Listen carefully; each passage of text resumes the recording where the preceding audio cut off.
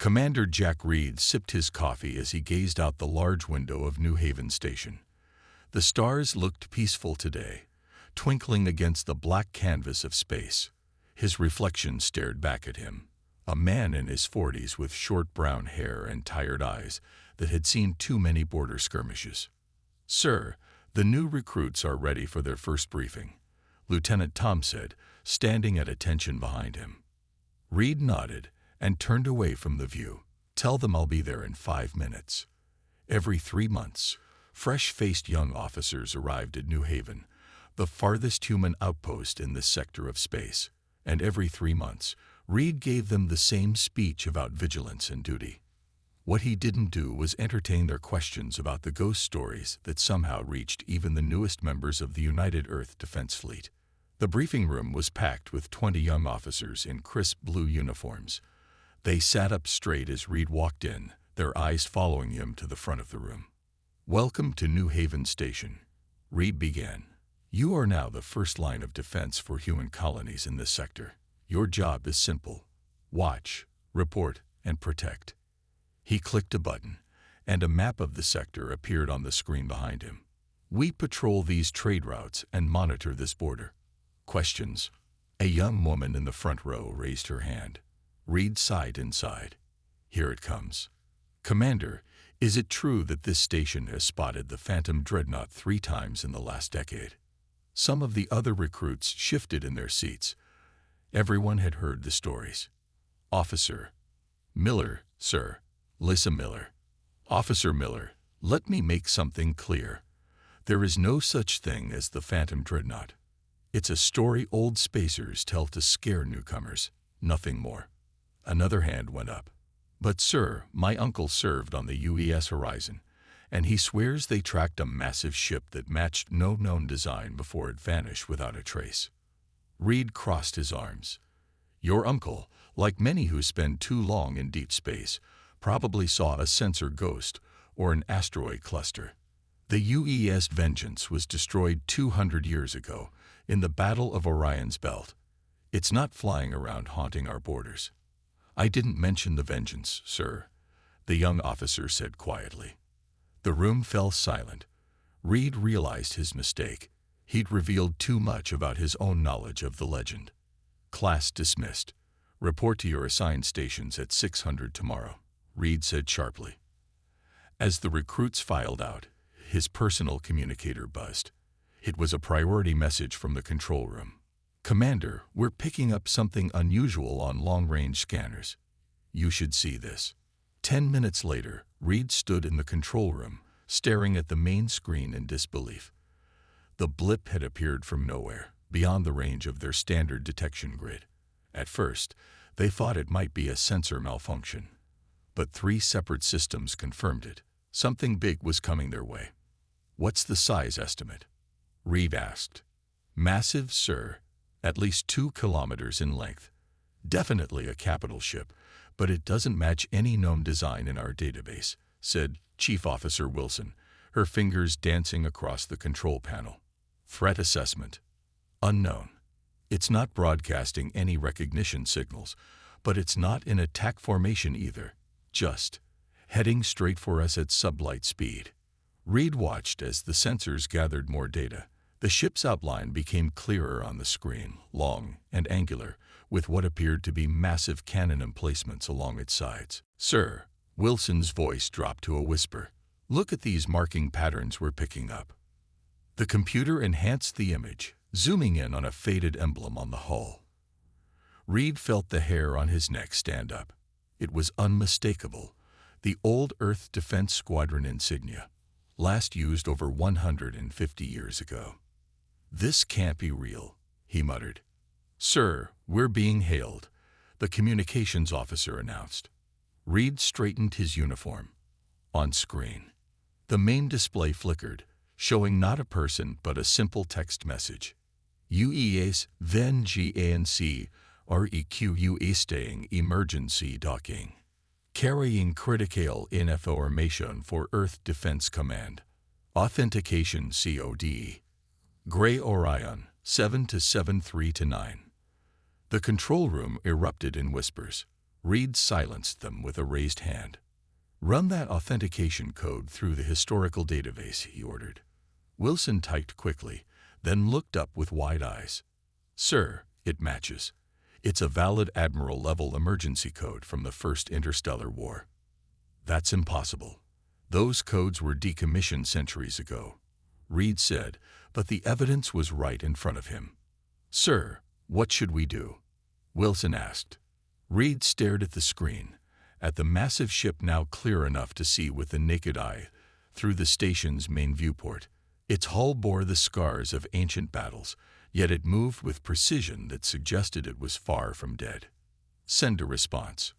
Request identification of commanding officer and crew complement." The reply came almost instantly. "Commanding HFY Automated Intelligence System Mark US. Human crew Payment 0. Request again. Emergency docking for critical information to ran at Staffier." The control room fell silent. An ancient warship, thought destroyed 2 centuries ago, was approaching their station with no human crew, only an AI that shouldn't exist. "Sir, regulations are clear about uncrewed vessels requesting docking," Wilson reminded him. "I know the regulations," Reed snapped. Then, more calmly, "But this is unprecedented." He made his decision. "Prepare Docking Bay 4 for arrival. Full containment protocols. I want a security team and a tech team standing by." As the station crew scrambled to follow his orders, Reed couldn't help but stare at the approaching battleship. The Vengeance was no longer just a ghost story to scare new recruits. It was here, real and massive against the starfield. "Send one more message," Reed told the communications officer. Tell them docking approved, and welcome back to human space." As the words transmitted across the void, the great ship seemed to slow, adjusting its course slightly toward the designated docking bay. Reed felt a chill run down his spine. For 2 centuries, people had whispered about the Phantom Dreadnought, the lost battleship that slipped through time and space. Now it had found its way home, and Reed couldn't shake the feeling that its arrival meant everything was about to change. "The Vengeance is beginning docking procedures," Wilson announced. Reed nodded and headed for the elevator. "I'll meet it personally." Whatever had brought this legend back from the dead, Reed was certain of one thing: it hadn't come all this way just to say hello. The docking bay doors opened with a deep mechanical groan. Commander Reed stood at the head of his team, a mix of security officers with weapons drawn and technical specialists clutching their scanning devices. The massive ship had somehow fit into their largest bay, though just barely. Its dark hull towered above them, ancient and scared yet somehow still magnificent. "Weapons ready, but hold fire unless I give the order," Reed commanded. No one spoke as they approached the vessel. Up close, the UES Vengeance was even more impressive and impossible. The metal of its hull bore battle marks from weapons that hadn't been used in centuries. Faded paint still showed the ship's name and Earth defense insignia, though parts had been worn away by time and space dust. "Sir, I'm detecting minimal power signatures," said Wilson, who had insisted on joining the boarding party. "Life support is running, but at low levels. No signs of organic life forms." Reed nodded, his eyes fixed on what appeared to be a docking hatch. "Can you locate an entry point?" As if in answer, a seam appeared in the hull. With a hiss of equalizing pressure, a ramp extended smoothly to the deck. "Well," Reed said, "looks like we're invited in." The interior of the Vengeance was dim, lit only by emergency lighting strips along the floor. Reed led his team down a corridor that seemed to stretch endlessly into the ship's heart. Everything was clean. No dust, no signs of abandonment that should have been present in a derelict vessel. "This doesn't make sense," muttered Dr. Benson, their chief engineer. "This ship should be falling apart after 2 centuries, but the systems I can scan are in working order. Old, but working." They reached what appeared to be a command center. Unlike the sleek, holographic interfaces of modern ships, this bridge had physical controls, screens, and command chairs. It looked like something from a museum exhibit, frozen in time. A soft blue light began to pulse from a console at the center of the room. As the team watched, the light expanded and took shape, a human form, translucent and blue, dressed in an old Earth defense uniform with Admiral's insignia. "Welcome aboard the United Earth ship Vengeance. I am Marcus, the ship's artificial intelligence system." Reed stepped forward. "I'm Commander Jack Reed of New Haven Station. Your ship was reported destroyed over 200 years ago." The hologram nodded. "To history, yes. The truth is more complicated." "I'm listening," Reed said, signaling his team to lower their weapons slightly. This ship was commanded by Admiral Thomas Gray during the Battle of Orion's Belt. When the Dreth forces surrounded the Earth fleet, Admiral Gray activated an experimental warp drive technology that had not been fully tested. Marcus waved a hand, and the room darkened. Star maps appeared around them, showing the historic battle. Reed recognized it from military history, the final confrontation of the First Interstellar War, where humanity had barely defeated the aggressive Dreth Empire. "The plan was to jump behind enemy lines," Marcus continued. "Instead, the drive malfunctioned. The Vengeance was thrown not just across space, but across time. The star map shifted, showing a trajectory that bent in impossible ways. The ship and crew found themselves on the far edge of the galaxy, nearly 200 years in the future, your present. Most of the crew died in the jump. Those who survived worked to repair the ship with the goal of returning to Earth." Reed frowned. "But you said there's no human crew now." "Correct. The survivors discovered something during their journey home that changed their mission." The hologram's expression turned grim. "They found a Dreth outpost. An active one." Murmurs spread through Reed's team. Everyone knew the history. The Dreth had been completely defeated, their forces destroyed, their homeworld abandoned. "That's not possible," Reed said. "The Dreth were wiped out." "No, Commander. They retreated. They hid. They rebuilt." Marcus gestured again, and new images appeared, recordings that showed alien ships with distinctive spike designs moving between planets. The Dreth didn't die. They evolved. The images zoomed in on figures that looked only vaguely like the historical records of the Dreth.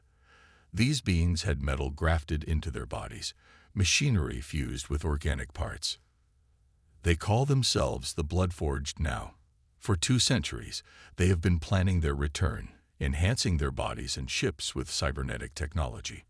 And they have only one goal: the complete destruction of humanity. Reed stared at the images, his mind racing. Where is Admiral Gray now? Where is the rest of the crew? Marcus's hologram flickered slightly. "Admiral Gray died 93 years ago, by your calendar. The last human crew member, Engineer First Class Robert Lee, died 27 years ago. Before his death, he uploaded his consciousness, as well as those of the other remaining crew members, into my system, enhancing my capabilities beyond standard AI parameters." "So you're saying you're not just an AI. You contain human minds." "In a manner of speaking. I contain their memories, personalities, and knowledge. I am Marcus, but I am also them." The hologram changed, cycling through different faces, men and women in Earth defense uniforms, their expressions solemn. "They sacrificed their bodies so that I could continue the mission when they were gone." Reed walked slowly around the bridge, taking in the ancient technology mixed with modifications that looked far more advanced than even current Earth systems. "Why come to New Haven? Why not go straight to Earth Command?" "We tried," Marcus said. 6 months ago, we approached Earth. We were detected by defense systems, but not recognized. When we attempted to communicate, we were fired upon. It seems Earth is not ready to believe in ghosts." Reed could understand that. If he hadn't seen the Vengeance with his own eyes, he wouldn't have believed it either. "So why us? Why New Haven?" "Because the Bloodforged are coming, Commander Reed. Their advanced scouts have already infiltrated human space. This station will be one of the first targets. As if on cue, alarms began to blare from Reed's communicator. Wilson answered the emergency call from the station. "Sir." Her face had gone pale. Long-range sensors just picked up 3 unknown vessels entering the system. They're not responding to hails, and they're on an intercept course. Marcus's hologram nodded gravely. "They have found us. The Bloodforged have tracked the Vengeance, just as I feared they might." Reed looked at the ancient battleship around him, then back at Marcus. Can this ship still fight?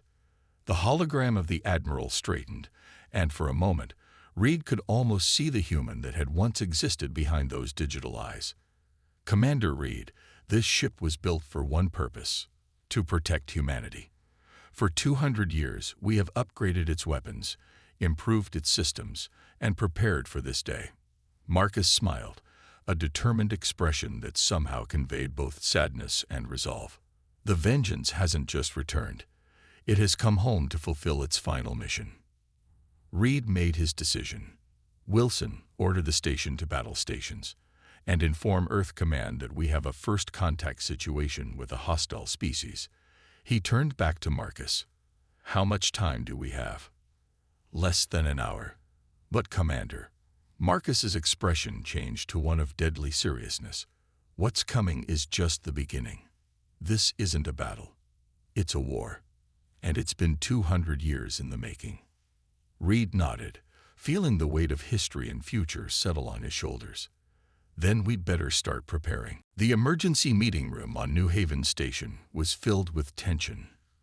Commander Reed stood at the head of the table, facing the skeptical faces of his senior officers and a video screen showing Admiral Parker from Earth Command. "Let me get this straight, Commander," Admiral Parker said, his voice flat with disbelief.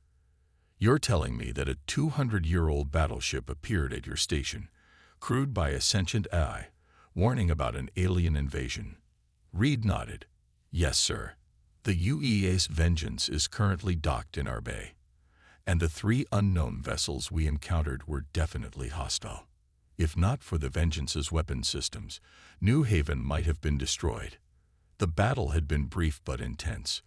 The 3 Bloodforged scout ships had attacked without warning, their weapons easily cutting through New Haven's defensive shields. It was only when Marcus activated the Vengeance's ancient but surprisingly powerful weapons that the attackers had been driven back. "We've sent you all the sensor data and battle recordings," Reed continued. "The technology these Bloodforged use is unlike anything in our database."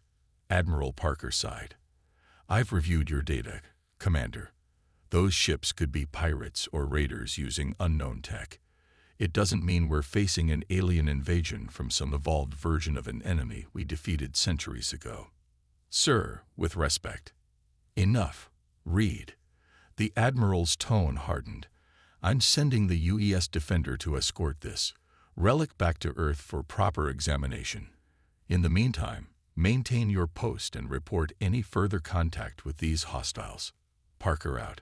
The screen went dark, leaving Reed staring at his reflection.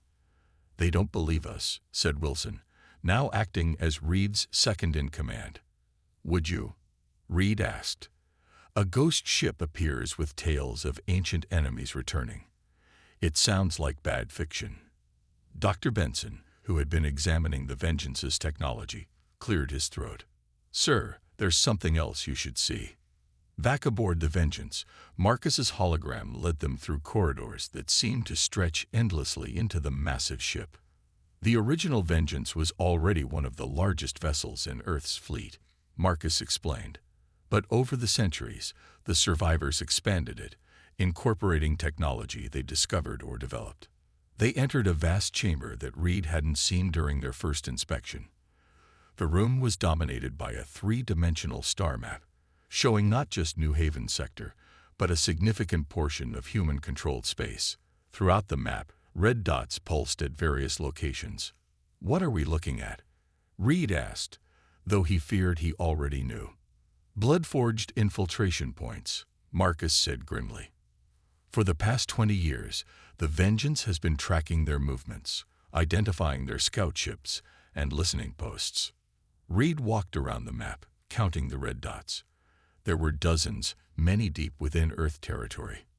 How can you be sure? These could be anything. Research outposts, mining operations. Marcus waved a hand, and one of the red dots expanded, showing detailed scans of a small facility hidden on an asteroid. This was taken 3 months ago. Note the energy signature. It matches the ships that attacked your station. Reed studied the image, his stomach sinking. The facility was clearly designed to avoid detection. Its power emissions masked, its communications encrypted. It was a listening post, plain and simple, the kind used before an invasion. How did you get this data? Earth's best stealth ships couldn't get this close without being detected. The Vengeance has certain advantages, Marcus said. The original warp accident damaged the ship's structure at a quantum level.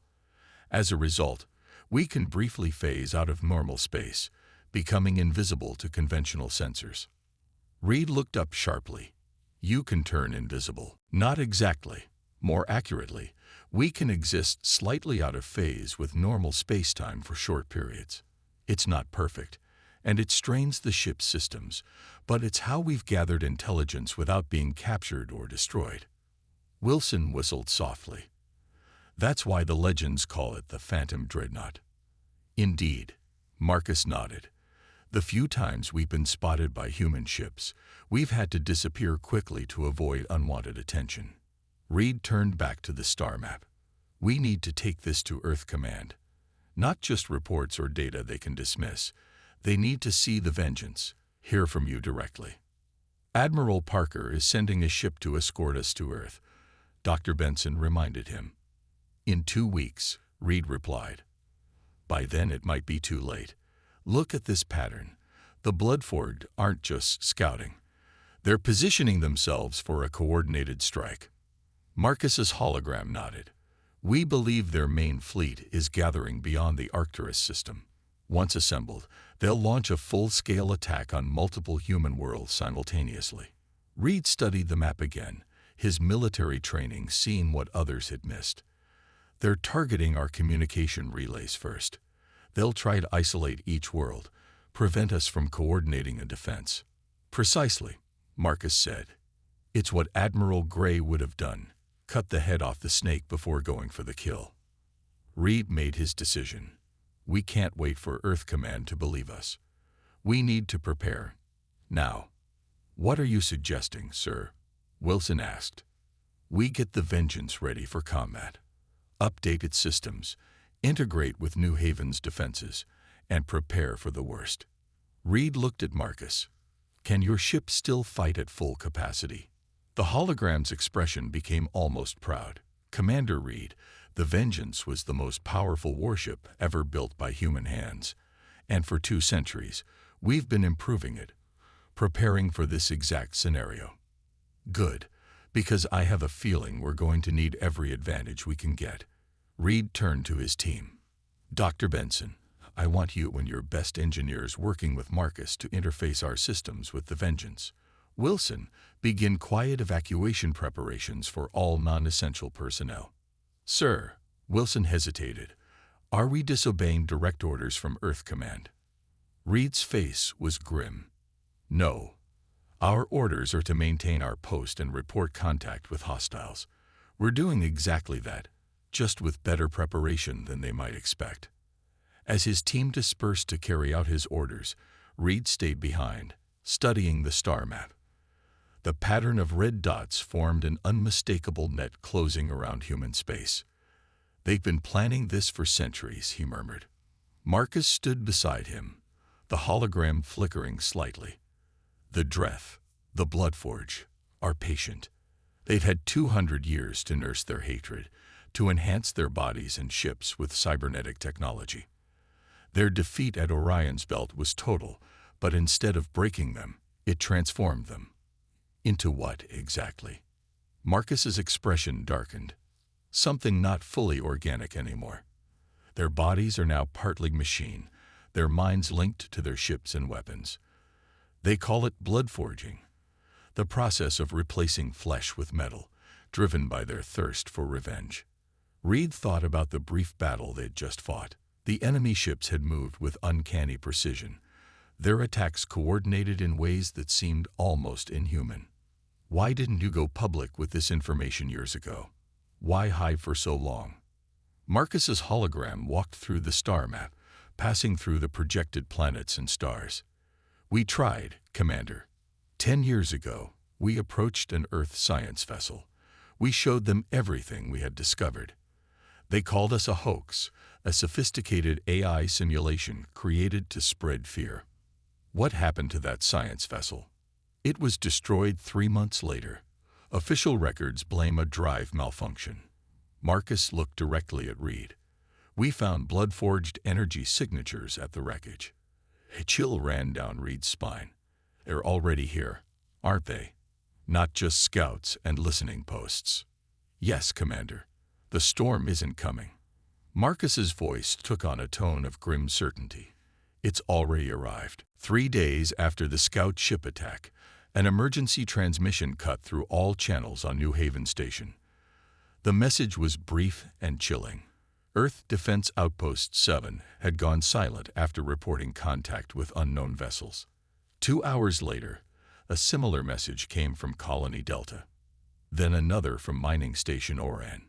It's happening, Reed said, standing in New Haven's control center as reports continued to flood in. The Bloodforged have launched their coordinated attack. Wilson looked up from her console, her face pale.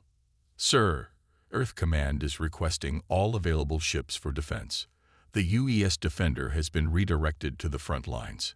Before Reed could respond, the main screen flickered with an incoming priority message. Admiral Parker's face appeared, but the calm dismissal from days earlier was gone. Behind him, the Earth Command Center was in chaos, officers rushing back and forth against a backdrop of flashing red alerts. Commander Reed, Parker's voice was strained. I'm issuing emergency orders. The unknown hostiles you reported have appeared across 12 sectors simultaneously. Our fleet is... He paused as an explosion rocked his command center. Our fleet is taking heavy losses. The Bloodforged, Reed said, just as the Vengeance warned us. Parker wiped blood from a cut on his forehead. I don't care what they're called. We need every ship we have. Bring that ancient battleship of yours to the defense of Earth. If it can fight half as well as your reports claim, we need it now. The transmission cut out abruptly. Sir, Wilson said quietly, the Vengeance is still undergoing repairs from the scout ship battle. Dr. Benson says the main drive needs at least 24 more hours. Reed nodded grimly. Tell him he has 6. And get me Marcus. The bridge of the UES Vengeance hummed with activity. Though no human crew manned the stations, screens lit up and controls moved as Marcus's AI consciousness operated multiple systems simultaneously. Reed and a small team from New Haven had come aboard to coordinate their response. The ship isn't fully ready, Marcus warned, his hologram appearing beside Reed. The quantum displacement field is unstable, and the main weapon systems are at 70% capacity. It will have to be enough, Reed replied. How soon can we jump to Earth? The warp drive can be ready in 5 hours. But Commander, there's something you should know before we depart. Marcus gestured, and a section of the bridge wall slid open, revealing a hidden chamber. Reed followed the hologram into the small room. Inside was a simple pedestal holding what looked like an old-fashioned logbook bound in dark leather. Admiral Gray's personal log, Marcus explained. His final entries contain information critical to understanding why the Vengeance was sent forward in time, and why we must be careful about our next actions. Reed picked up the book. The pages were yellowed with age, but the handwriting was clear and precise. He turned to the final entry, dated just days before the Admiral's death. Final log, Admiral Thomas Gray, UES Vengeance. The secret I have carried for so long must now be recorded. The warp drive malfunction was no accident. During the Battle of Orion's Belt, I experienced something impossible, a brief glimpse of the future. I saw the Dreth return, transformed and terrible. I saw Earth burning. And I saw the vengeance, the only weapon capable of stopping them. I made the decision to activate the experimental drive, knowing it would throw us forward in time. The calculations were mine alone. The crew I sacrificed deserved better, but humanity deserved a chance to survive. The vengeance carries more than weapons. Hidden in its core is Project Nemesis, the final defense we developed but never used against the Dreth. It was too terrible, too uncontrollable. But against what they have become, what they will become, it may be our only hope. To whoever reads this, the vengeance was not lost. It was sent, and it must complete its mission, no matter the cost. Reed looked up from the log, his mind racing. Marcus, what is Project Nemesis? The hologram's expression was solemn. The most advanced weapon system ever created. It targets the specific quantum frequency of Dreth technology and biology. Against their original form, it would have been devastating. Against their Bloodforged evolution, with their cybernetic enhancements operating on the same base frequency, it could defeat their entire fleet. Reed finished. Yes, but it has never been tested, and once activated, it cannot be controlled. It will attack anything with Dreth energy signatures until those signatures no longer exist. Reed placed the log back on its pedestal. Why didn't you tell Earth Command about this weapon? Because of its power. In the wrong hands, it could be modified to target any specific life form or technology. Admiral Gray believed it should only be used as a last resort, when all other options were exhausted.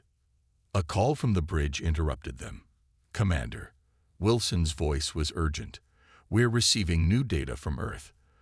The Bloodforged fleet has broken through the outer defenses. Hundreds of ships, bigger than anything we've seen before. Reed hurried back to the bridge, Marcus's hologram following. The main screen showed a terrifying sight. Massive Bloodforged vessels surrounding Earth, their spiked designs looking like dark stars against the blue planet. At the center of the enemy fleet was a ship that dwarfed even the largest Earth vessels. Its hull was covered in pulsing red lines that looked almost like blood vessels, spreading outward from a central core that glowed with malevolent energy. The Retribution, Marcus said quietly. Flagship of the Bloodforged fleet. Our scans indicate it's commanded by Warlord Kran himself. Kran? Reed asked. The last surviving Dreth military leader from the original war. He should have died centuries ago, but the Bloodforged technology has kept him alive, fueled by his hatred and desire for revenge. Reed studied the enemy formation. Earth's remaining ships fought bravely, but were being systematically destroyed. How long until we can reach Earth? 4 hours with the drive at maximum capacity. But Commander, Marcus hesitated. Even the Vengeance cannot defeat that entire fleet through conventional battle. Reed understood what wasn't being said. You mean we need to use Project Nemesis? It may be the only way. Reed thought of the Admiral's log, the terrible choice Gray had made, sacrificing his crew to save the future. Now Reed faced his own impossible decision. Prepare the ship for immediate departure, he ordered, and begin activation sequence for Project Nemesis. Marcus nodded gravely. There's one more thing you should know, Commander. The weapons core requires a physical operator, someone to manually calibrate and target the system. I'll do it, Reed said without hesitation. The process is likely fatal to organic life, Marcus warned. The quantum energies involved are beyond human tolerance. Reed looked around at the ancient ship that had traveled through time to save them all. Admiral Gray made his sacrifice. I'm prepared to make mine. As the Vengeance prepared to jump into the heart of battle, Reed could almost feel the weight of history settling on his shoulders. The ship had always been meant for this moment. And perhaps he had been too. The UEA's Vengeance tore through space, its ancient warp drive straining against physics as it hurled the massive battleship toward Earth. Inside the bridge, Reed watched the countdown timer with grim determination. 3 minutes until they arrived at the battle. Final weapons check, he ordered. Marcus's hologram appeared beside him. All conventional weapons at full power. Project Nemesis activation at 87%. Wilson looked up from her station. Sir, the latest transmissions from Earth are not good. The Bloodforged have destroyed most of our orbital defenses. Ground bombardment has begun in 3 major cities. Reed nodded silently. Every minute they delayed meant more lives lost, but rushing in without a plan would mean failure. Marcus, show me the enemy fleet formation again. The hologram waved a hand, and a tactical display appeared. The Bloodforged ships surrounded Earth in a tight pattern, with the massive flagship Retribution holding position over the North American continent. Their formation is designed to prevent any rescue ships from approaching, Marcus explained. Any conventional vessel would be destroyed before reaching Earth's atmosphere. But we're not conventional, are we? Reed said, studying the display. You said the Vengeance can phase out of normal spacetime. For short periods, yes, but it strains the ship's systems, especially after a warp jump. Reed pointed to a gap in the enemy formation. We only need a few seconds, enough to slip past their outer defenses and get close to the Retribution. And then, Wilson asked. Reed's expression hardened. Then we introduce Warlord Cran to Project Nemesis. The final minute of their journey passed in tense silence. Reed thought about all that had led to this moment. A 200-year-old battleship, thrown through time by a desperate admiral who had glimpsed this very future. Exiting warp in 10 seconds, Marcus announced. Preparing for immediate phase shift. Reed took a deep breath. All crew, secure for combat. This is what the Vengeance was saved for. Let's make it count. The ship shuddered as it tore back into normal space at the edge of the Sol system. Through the main viewport, Reed could see Earth in the distance, surrounded by the dark shapes of the Bloodforged fleet. Phase shift now. Reed commanded. The lights dimmed as the Vengeance's unique systems engage. A strange vibration filled the ship, and the view outside became blurred, as if they were looking through rippling water. Phase shift active, Marcus reported. We are now invisible to conventional sensors. Estimated duration, 40 seconds. Take us in, maximum speed, Reed ordered. The Vengeance shot forward, passing straight through the outer line of Bloodforged ships. The enemy vessels showed no reaction, their weapons still focused on Earth's remaining defenders. 30 seconds of phase shift remaining, Marcus warned, as they closed in on the massive Retribution. Get us as close as possible to their command ship, Reed said. Prepare all conventional weapons to fire the moment we reappear. As they approached the Retribution, Reed could see its true scale.